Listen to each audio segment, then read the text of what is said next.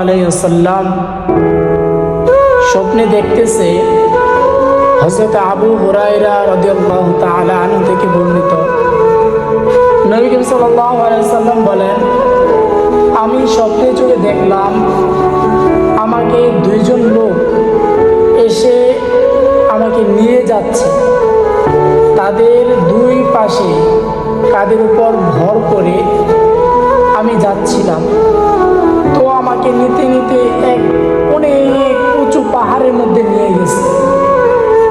উঁচু পাহাড়ের মধ্যে নিয়ে যাওয়ার পর আমি দেখলাম কিছু মানুষের মধ্যম, যখন পাহাড়ের মধ্যে নিচ্ছে মাঝখানে দেখলাম আমাকে কিছু মানুষের কান্নার আওয়াজ শুনতে পাচ্ছিলাম। বিকটভাবে মানুষ কান্না করতেছিল, আমি শুনতে পাইলাম। তো আমি সেই দুইজন যারা আমাকে নিয়ে যাচ্ছিল তাদেরকে জিজ্ঞাসা করলাম, এরা কারা কান্না করছে এভাবে? যে আমি আটটু ভিতরে গেলাম। নবী করিম সাল্লাল্লাহু আলাইহি ওয়াসাল্লাম বলছে, আমি আটটু ভিতরে গেলাম। ভিতরে গিয়ে দেখলাম যে তাদেরকে এমনভাবে তাদের চেহারা এত কুৎসিত করা হয়েছে যে তাদের শরীর থেকে চামড়া ছিঁড়ে নেওয়া হচ্ছে। তারা এই সমস্ত লোক কারা? তখন নবী করিম সাল্লাল্লাহু আলাইহি ওয়াসাল্লাম তাদেরকে দাঁড়িয়ে জিজ্ঞেস করলেন, এই সমস্ত লোক কারা?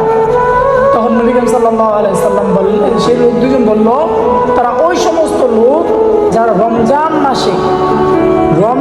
মাসে দোকানের মধ্যে লাল কাপড় দিয়ে, কালো কাপড় দিয়ে, সাদা কাপড় দিয়ে, সবুজ কাপড় দিয়ে যারা দোকানের মধ্যে ঢেকে রাখে, তাদের জন্য এই সমস্ত শাস্তি। যারা এই পর্দার ভিতরে গিয়ে যারা এসব খাবার খায়, যারা রমজান মাসে রোজা না রেখে তারা এই সমস্ত কাজ করে, যারা খাবার খায়, সিগারেট খায়, যাই খাক না কেন, পর্দার আড়ালে গিয়ে তাদের জন্য এই শাস্তি। নবী করিম সাল্লাল্লাহু আলাইহি সাল্লামের হাদিস থেকে এটা বোঝা যায়।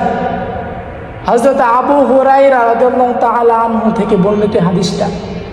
তো যারা এই কাজ করে, যারা পর্দার ভিতরে গিয়ে খাবার খান, তাদের জন্য শাস্তি আছে, তাদের জন্য ভীষণ শাস্তি রয়েছে, কঠিন আযাবের মধ্যে তাদেরকে ভুগতে হবে।